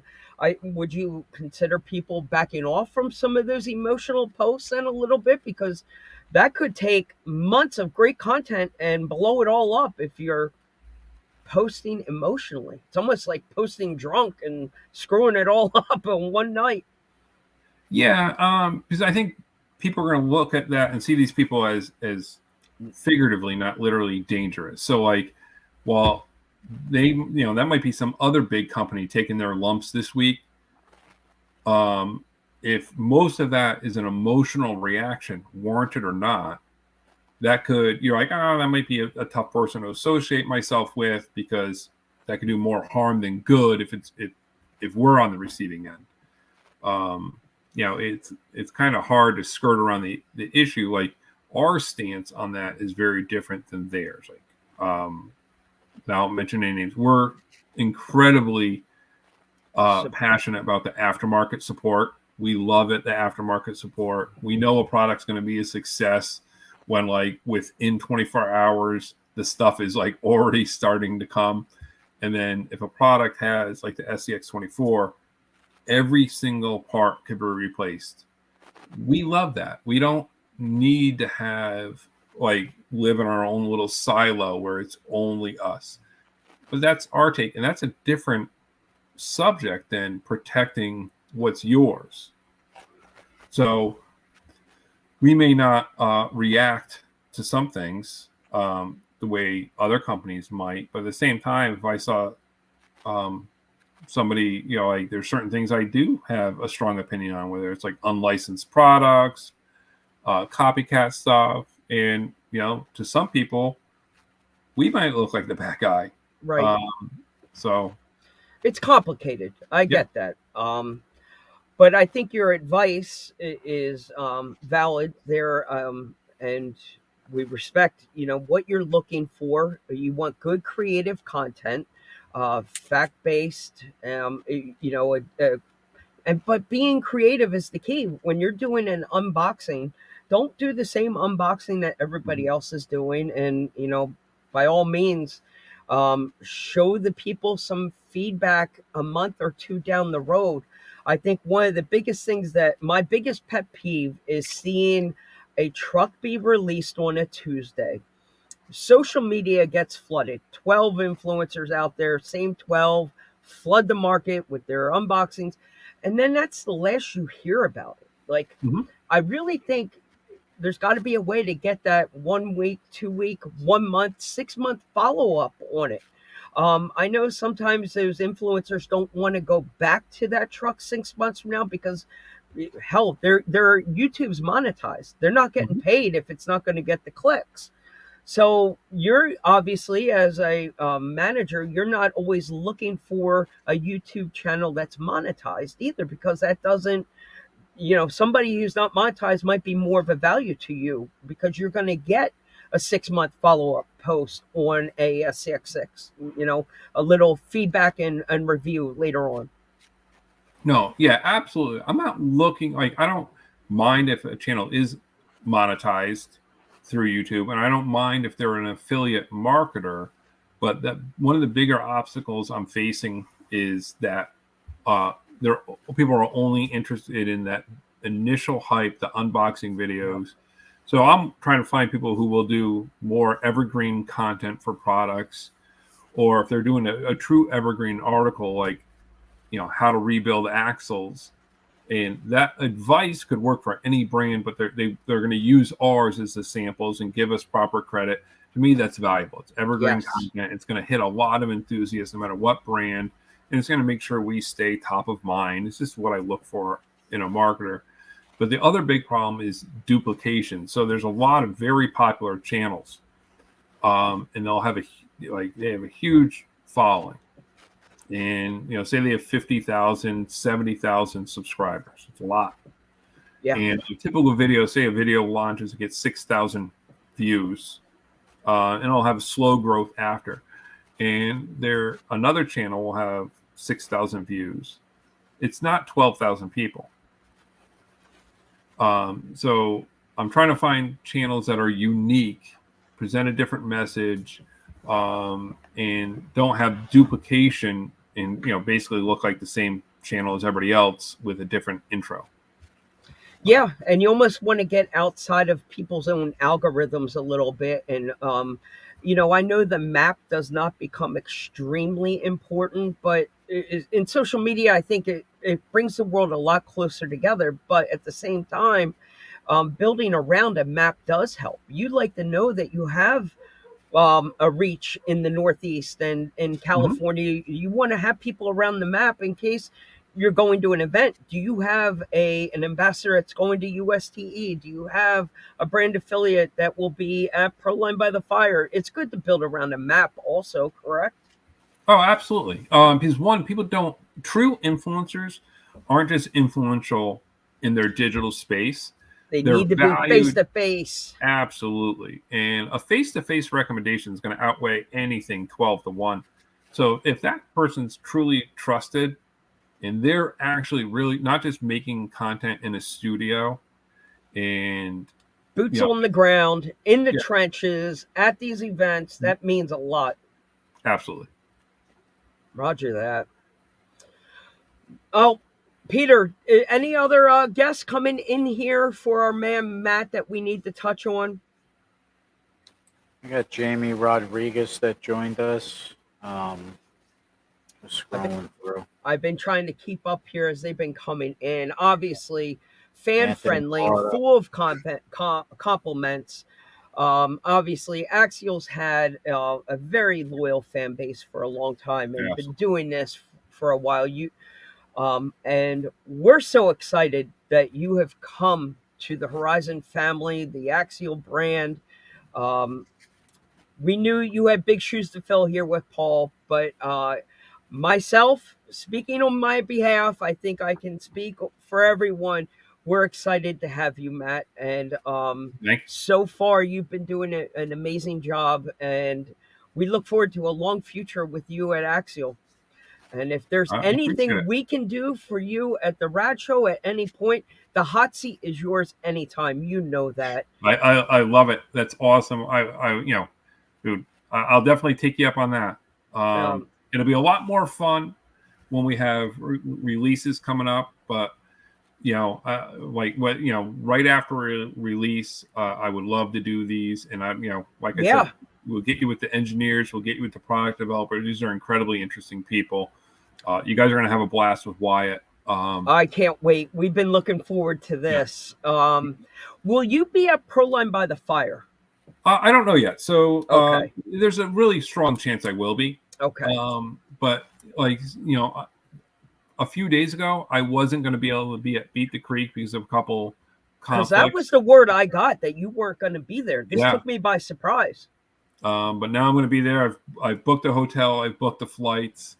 So yeah, I'm going to be there. And this is kind of how it rolls. Okay. So with Proline by the Fire, I'd really like to go because for a variety of reasons. It'll get me in the office at Proline, and I haven't been out to Proline in a long time. Because that's the big difference between you and Paul right now. Because Yeah. Paul was running it from the west side, right? Like Yeah. he never moved his office to where you are. No. No. Yeah. Okay. Yeah. So- I'm remote, so it's definitely a completely different animal. okay. Yeah. So he was in Banning at Proline. So this will give me a chance to head out there, and it's a really cool event, and Yes. like a lot of sick rocks out there. Yeah. Oh, dude, it's not the same. It's literally like a Velcro. You're almost peeling your truck off the rocks. Yeah. I've seen my truck literally like hanging upside down. Yeah, Why totally. is it not falling at all? So yeah, we're used to moss, wet rocks, dirt. There's no tire that'll be perfect for an entire course. It'll be great, and here, there. I remember going out to Moab, and I was like, "Why do you guys worry about what tire you pick so much? They're all the stick to that red rock." Sticks. That's why you see those videos. You see those videos online, and I'm watching people pull lines. It's like the truck don't move. It just Right? stays on the rock. It's fun. It is fun. And there's just so much of it. Yeah. Where I live now, I live in the what's called the coastal plains. And so my rock crawler course, I brought in dump trucks of dirt and rock. It is as flat as it gets, where there's just no natural terrain. Now, if I drive 45 minutes an hour, I start getting into the hills, and everything changes. But Did you say where are you? yeah, What I'm in state? North Carolina, You're north. Oh, okay. Eastern North Carolina, so Oh, East Coast boy like you guys, right? wow. And it is so east of Raleigh. Everybody's heard of Raleigh. Yep. We get into what's called the coastal plains, and it's flat. Like the Midwest would be envious of how flat this terrain is. And it's beautiful on the coastline, Wilmington and stuff like that. If you love saltwater fishing, and like I do, it's great. But if you like rock crawling, this is not the mecca that say Moab is. Right. Uh, so when I have an opportunity to go to places like Beat the Creek, even down to Florida, or especially like Proline by the Fire, yeah, I want to go. Maybe come to Pennsylvania in July for the Recon G6 at Blue Yeah. Rocks. Brian Parker was just Who's discussing that, and that would be something for you to maybe put on your radar this year or next year. When is Blue that, though? Rocks. It's in July. It's like the second week of July. I know it gets stacked very close. Yeah. It's probably Badlands is right around that point. I know it's like one week off. It's like Blue Rocks and then Axial Badlands is right after, I believe. Or sometimes they land on the same weekend. They're stacked really close together. Yeah, see, it's tough because Badlands is June. I'm looking at Is our- it June? Okay, end of June. And this is the one thing I should mention now. Like, if anyone out there has not been to the new axialadventure.com website and checked out the blogs and event calendar, I am trying to make this event calendar, and this is why I'll add this Recon G6 to it, the go-to source. Rock crawling is pretty awesome. You can have a ton of rock crawling, ton of fun by yourself, but if you get a buddy into it, it's exponentially more fun. And if you go to an event, your mind will be blown away. And people are just really thirsty for these events. So we're trying to make this event calendar. So you're making this a resource more than just Axial-based events. You're trying to put other events. This is going to be your one-stop shop to come. If you're looking for an event, come here. I love it. Yeah, it is literally just a service for people out there. So if there's a smaller RC club out there that has an event that they're running, are they supposed to send an email to you to get it added to this list? Yeah. So there's a way to do that through Horizon, and they funnel all this stuff. People submit their races and stuff like that. Basically, anything that is open to the public, I'm game to put on. If you're having a private event for you and your 4 buddies, it's not appropriate for the calendar. But if it's open to the public, I will put it up. And yeah, the easiest thing to do is support at Horizon or something. Go to the bottom. It's contact us. There's a form. It's not maybe that hard put to it figure out in by email. Maybe put it in the subject that you're not looking to have a sponsor, so it doesn't get thrown into spam. I'm not looking to have Axial actually send us product for this event. I just want our event to be added to your list to get people to come and participate and have a fun time at our event we're hosting. Period. Yeah, we just think it's better for the hobby in general. Absolutely, if we people are out needed there this. doing this. We needed this. Yes, this is a great idea. If somebody is watching that has the Blue Rocks date, because we could confirm that for you, I believe it's the July 14th and 15th, but I do not want to speak out. Weekend, the 14th. Is it? Yeah, the 14th through the 16th. So the Thursday, the 13th would be the fix in Doro there. It's all held at the same place. So if you wanted to add that to your list there, Matt, July 13th through the 15th in Blue Rocks, Pennsylvania. You'll see it up on the website. So I'll put it on tomorrow. The Recon G6 will thank you for it. Yeah, well, he's awesome. He's always been good to me. I think he's just a cool guy. He's so good for the hobby. And it's funny because we can't be more opposite. I'm like a natural introvert, and he is the prime example of extrovert. Like if they never needed an example of an extroverted person, is like, I mean, he is a ball of fire and energy, Yes, and that's good for the hobby. Like it he just is. shows how much fun it is. And He he's is a crazy creative. yeah. He is a master on the MC. He makes it look easy. Doing a live show like this is not easy to do, and we learned and have so much respect for someone like a Brian Parker. When I go back and we watch this show later on during the week, I cringe because YouTube now takes our voice and translates it all into text and types everything out. I can't even recognize half the words that they're typing when I speak. It's not even the English language because it's filled with all these filler words that I use, the ums, the uhs, the does as I pause. So I've been spending a lot of time during the week really trying to pronunciate correctly and pause. Say a sentence, say a period in my head, Mm-hmm. pause because I hate it. But Brian Parker can make this look so easy. He'll be at an event, a ball of energy on the microphone. He's a true uh, ambassador for the RC world. Yeah. And he is a reason why I started going to a Recon G6 event. I mean, the first time I saw this guy on Facebook Live and people are setting up tents at campgrounds, I'm like, tents? My wife is never going to believe me in a million years that I am playing with my RC car for a weekend out in the woods and I'm setting up a tent. She's going to think I have a girlfriend. Like, she's never going to go for this stuff at all. But, here we are 12 So years later. Blue But, Rock's Facebook says July 13th to the 16th. So that's what. perfect. There we go. So, like Brian was saying, Thursday will be the fix, the 12-hour, and then Mhm. through the weekend. But hey, just a side note there to nudge you there, Matt. Consider coming one of these years. Being North Carolina wouldn't be horrible for you to get up No. to Pennsylvania, and it is a campground that is worth the time. And obviously, to come and see Brian Parker and the Recon family, it's worth it.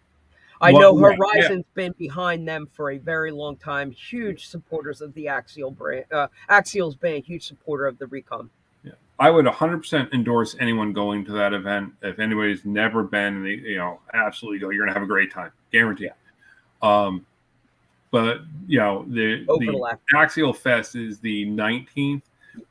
There's just no way I can. I know. Understood. But that is the reason we need a page like you started here. This is a great idea, a resource that you can come and see what type of events are where and when. It's a great idea. I know Peter and I have been discussing West Coast. We must make it to the West Coast this year. Obviously, the low hanging fruit and the bullseye right now is by the fire. That will probably be the one that will win out. Yeah, and that makes sense.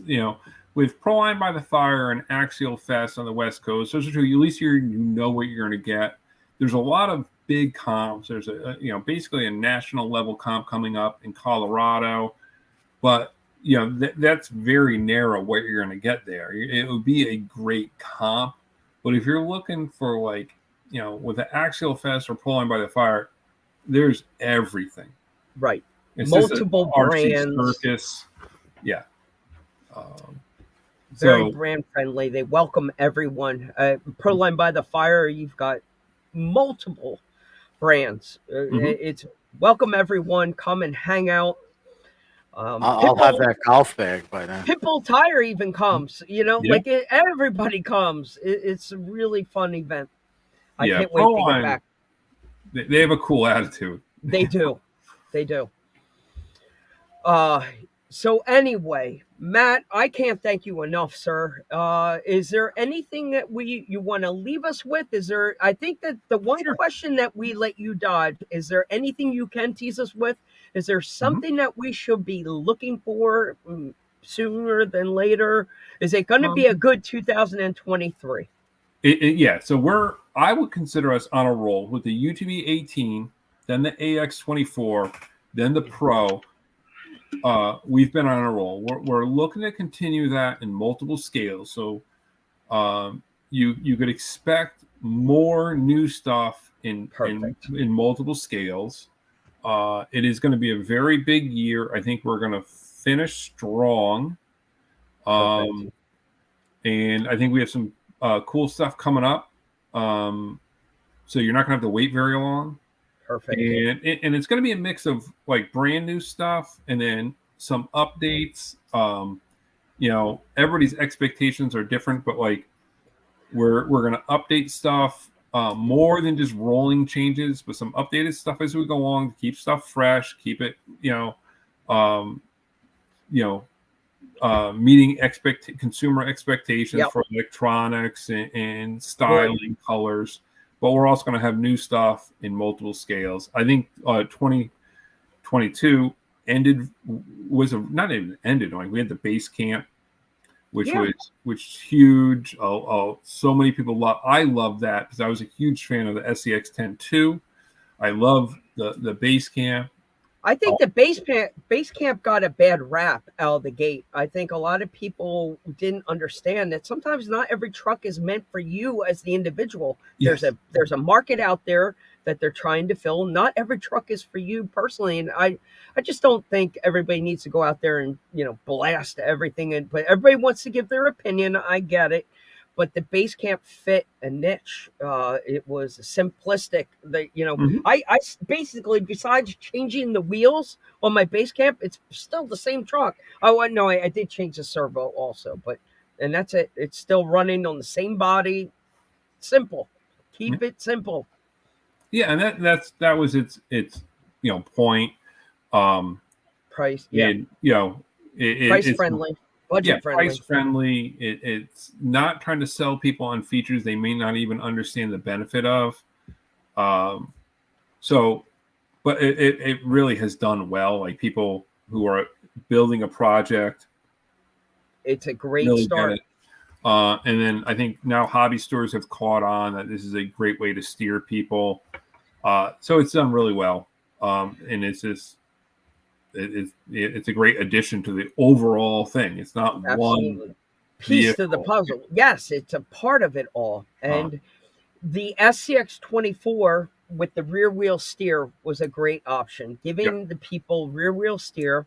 If I can put in a personal request from a little feedback here, I think we need more channels on a RTR, for the scale guys out there. 5-6 channels is just not enough anymore. We're running lights, sometimes shift servos. Some of these trucks have 4 servos in them, winches and whatnot. You can fill up 5 channels on a stock radio very quickly. An 8-channel radio with a wheel, not talking like a stick radio, but I gotcha. I've run into the same problem because you so quickly fill those ports. Because so many of my vehicles, like scale or comp, have a winch. Yep. Run lights. Light and shift. Shift, dig. Yep. It fills up fast. It does fill up fast. I know there's a few options out there already, but they're sky high. You can buy some brands, and you're going to spend $700-800 on a radio, and then $75, $80, $90 for a receiver. It's not cheap. But so my personal wish would be able to see if there was a way to start getting a price friendly high channel radio for this. Every other week I meet with the Spectrum team, and I'm one of many people that it's and last time I offered the feedback was the 2-in-1s have been extremely popular. Oh, which where it's the motor and the ESC all in one. It saves space. Yeah. Normally, and as I think I'm not a big fan of non-modular things. I want everything separate components. Right. I'm a huge fan of the 2-in-1, as are a lot of people. The request I've gotten a few times, which surprised me, was people wanted to be able to run 4S. So. The point of this story is I pass that on, and it's then they're engineers, and they immediately took note, and they go in to see what that means size wise, what will change, what don't mean, because there's a heat generation issue with how close the ESC is to the motor, but the good news is that Horizon listens, and they might not, like a lot of companies, things can't happen overnight. Sure. There's so much at stake, but they do listen. And so just like this, I'm like, yeah, I'm like, it's a legit, like you Yeah. know, 5 channels is not really enough anymore. I experienced this myself. It does fill up.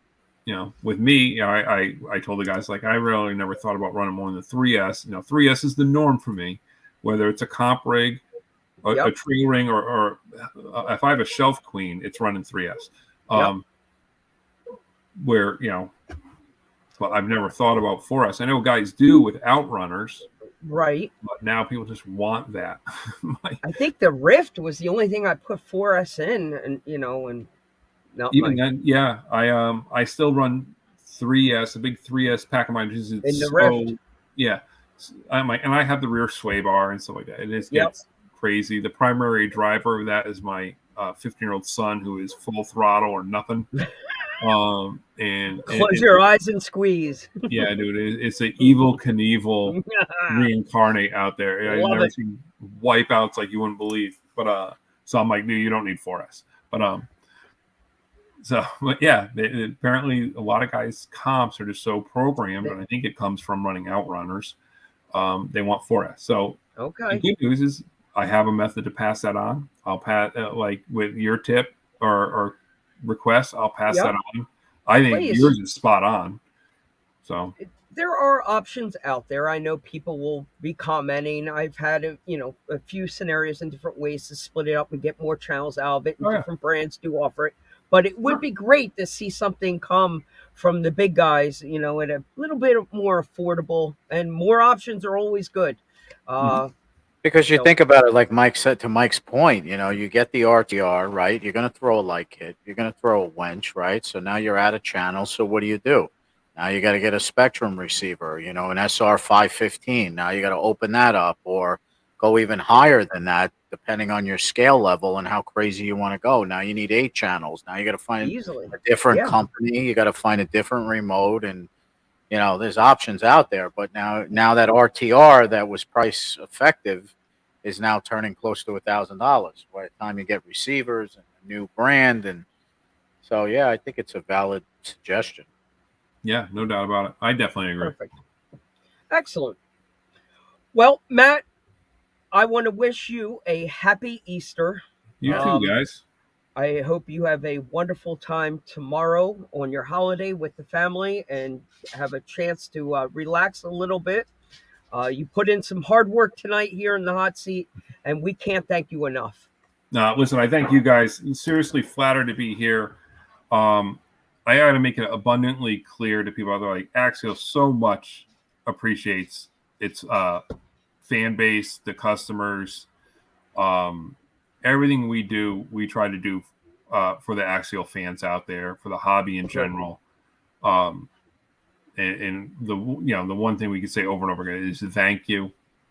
We appreciate that people have a lot of options. So when they choose Axial, we sincerely appreciate it.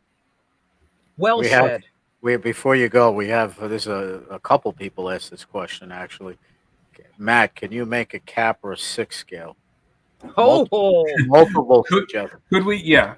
So again, we'll 20 minutes talking about this, but so yes, we could. But one thing people have to realize that, like, what people say they want and what people actually buy are 2 different things sometimes. So 2 or 3 people very vocally saying something, often makes it sound like there's bigger demand. There's no doubt it would be cool, but you got to realize that big of a nylon cage and what that might cost. So if you're like, we get to a price point that's beyond the pain point, we may not sell as many as people demand, like want.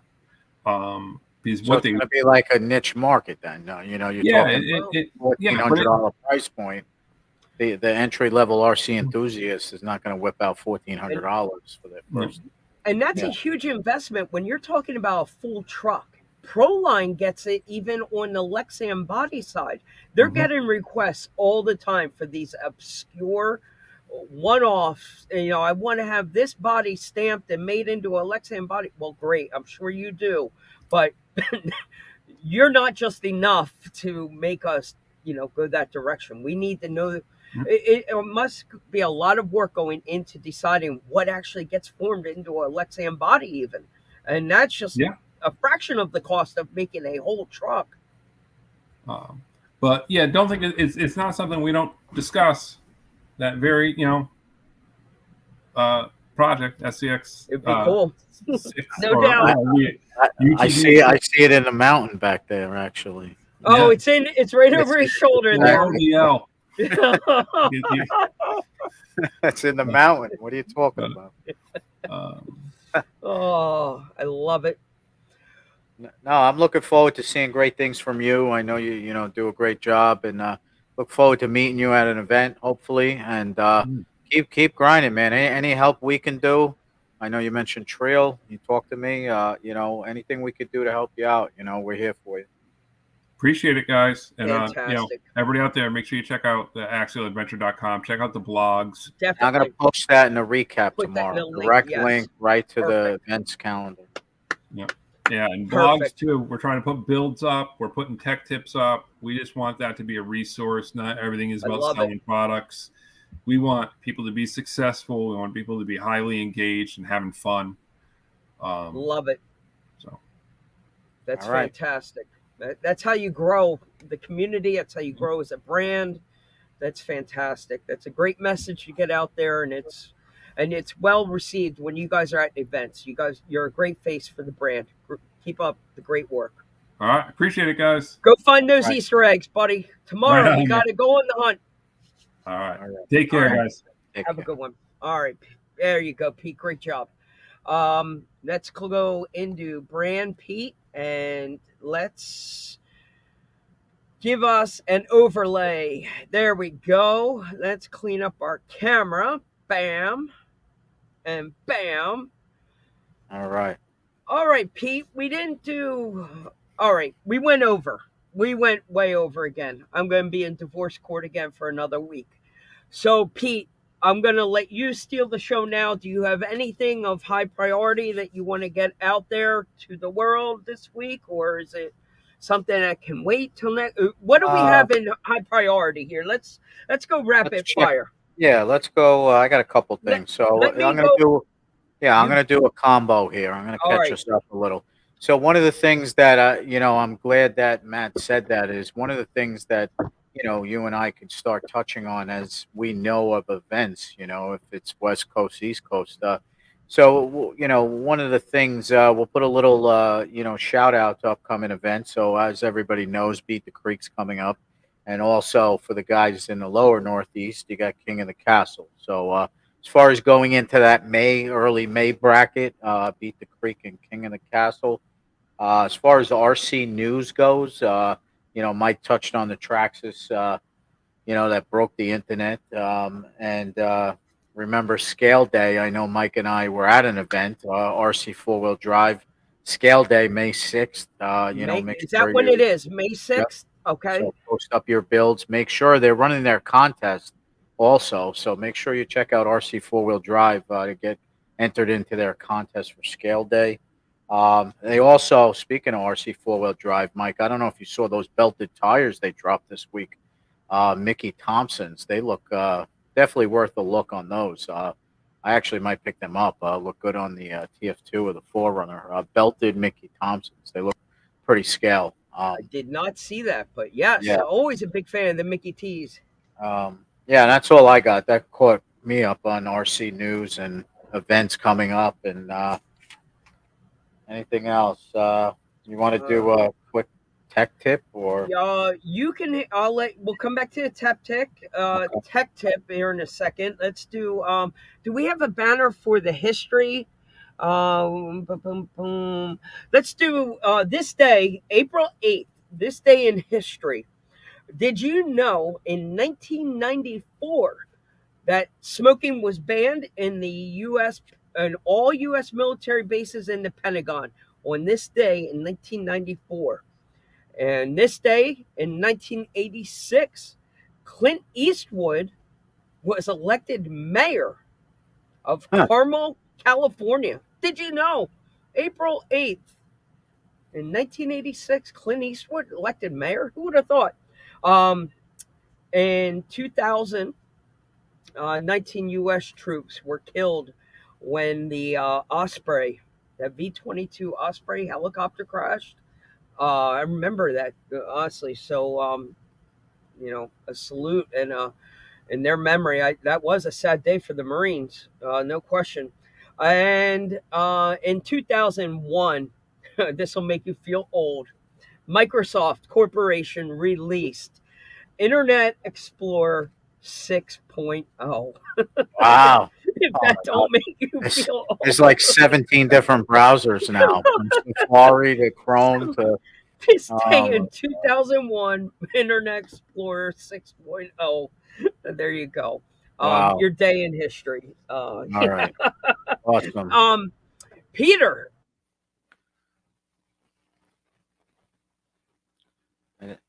I think you froze.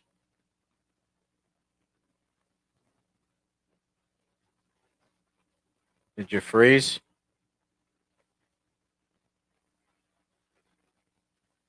I think you froze.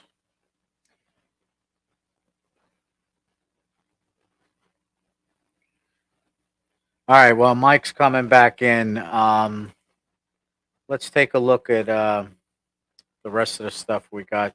All right. So, like I mentioned earlier, we approaching the 500 mark. We got that FCX 24 to give away. We're down to 8 subscribers. So help us out. This week, next week, um, maybe. Oh, there you are. You're back. You're still freezing up a little. Help us get to that 500 mark. Maybe next week we'll have a contest and we'll give a truck away. It's very doable. We're talking eight people. So tomorrow, grab the YouTube link and share it on your pages. Put it in your stories. We got a lot of giveaways left. Um, check. you're coming back in. Hold on. Pause. Hmm.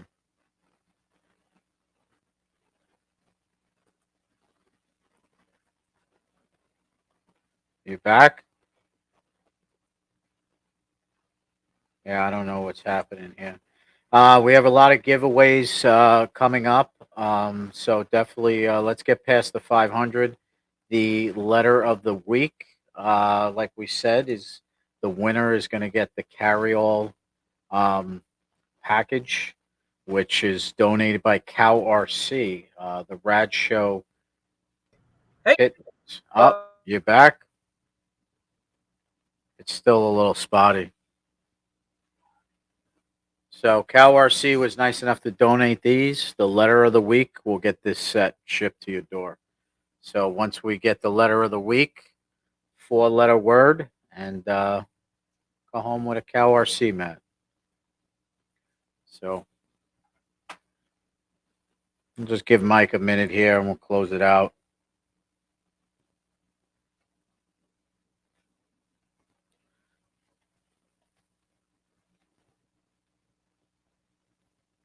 Testing. hey, are you in there? Yeah, I'm waiting for you. I'm still talking. Wrap it up, bro. All right. Because I don't think I'm getting back in. All right. All right. Let me wrap it up. Still up, it's just on my end it's frozen, but don't close it because you want to be able to, hang on a second. I'm going to close out here. I'm going to try to come back in one more time, but you might All have right. to close it up from your end. Don't lock it. I mean, you can end the live, I guess. Give the letter of the day, E. All right. letter of the day. So the letter of the day is E, I've been exciting. as is an exciting. So we gave the first letter last week, and this week's is E. Letter. So Yeah, L I E. don't know what's up over here, Peter. On my internet now. Okay. All right. so we're gonna we'll take it. Look forward to next week. I'll post a recap tomorrow, and thank you guys for watching. Great guest, and look for us next week on the RAD Show. We'll send you out here. 3, 2, 1.